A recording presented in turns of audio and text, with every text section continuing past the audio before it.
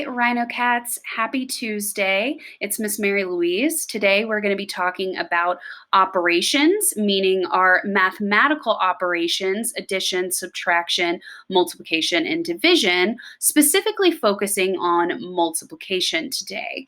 Last week we learned that multiplication is adding in equal groups. So for example, if we have here three groups, 1, 2, 3, and in each group, we have the same amount of something. So for example, we have 3 balloons in each group. That means that we're adding in equal groups. We can multiply in order to simplify or solve this problem more easily. For example, if we add this, we can say 3 plus 3 plus 3, but that's also the same thing as just saying 3 times is 9, right? If we have our multiplication facts memorized, if we have 3 times 3 memorized, we know that 3 times 3 equals 9. Solving these addition problems are going to be a lot easier for us in the future. It's going to take us a lot shorter amount of time to solve problems if we're familiar with multiplication and adding in equal groups. It makes things go by faster.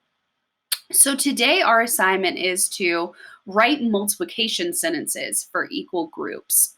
So we're going to take what we know about multiplication, about adding in equal groups, and we're going to complete multiplication sentences that describes the model given to you on IXL.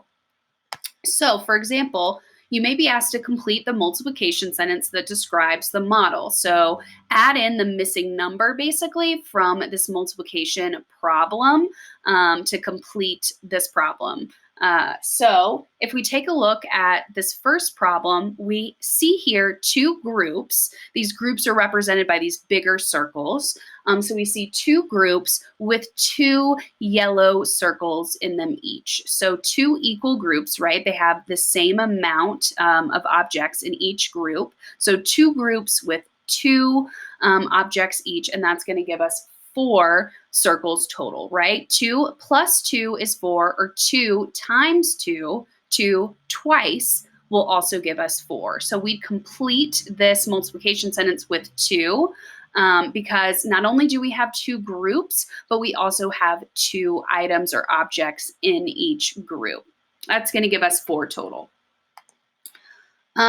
Looking at a different problem, we have 4 groups here, or 4 large circles. And within these 4 groups or large circles, we have 3 smaller circles, 3 orange circles in each group. So equal groups, 4 of them, with 3 objects or items in each group. So we're going to say that's 3 times 4, right? Because we already have the 4 represented with our 4 groups, right? 1, 2, 3, 4. We're just missing the amount of objects in each group. So 3 of these circles 4 times is going to give us 12 circles total. We know that because we can go back and add. We can say 1, 2, 3, 4, 5, 6, 7, 8, 9, 10, 11, 12. But it's so much easier to solve this problem if we just have our multiplication facts memorized. If we know that 3 4 times or 4 3 times is going to give us 12.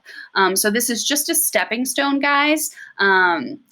Looking and identifying these at these equal groups, completing these multiplication sentences are going to make us stronger mathematicians, help us solve these multiplication problems more easily, and practice our multiplication facts.